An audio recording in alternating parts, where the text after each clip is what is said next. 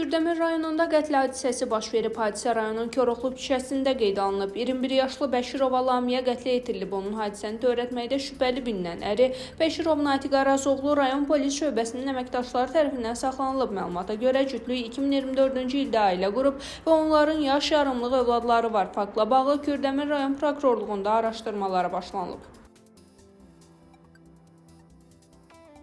Gəncədə yol nəqliyyat hadisəsi baş verib. Hadisə şəhərin Əziz Əliyev prospekti və Mirzə Abbas Abbaszadə küçəsinin kəsişməsində olub. Chevrolet Equinox markalı avtomobil idarə etmədən çıxaraq yol kənarındakı Gəncə tibb mərkəzinə çırpılıb. İlkin məlumata görə hadisə nəticəsində 2 nəfər xəsarət alıb, həmçinin avtomobil yararsız vəziyyətə düşüb. Faktla bağlı araşdırma başlanılıb.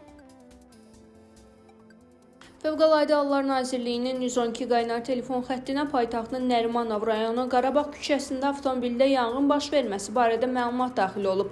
Məlumatla əlaqədar dərhal əraziyə FHŞ-nin Dövlət Yanğından Mühafizə Xidmətinin qüvvələri cəlb olunub. Yanğın söndürənlər tərəfindən Opel markalı minik avtomobilinin mühərrik hissəsində baş vermiş yanğın genişlənməsinə imkan verilmədən qısa müddətdə söndürülüb.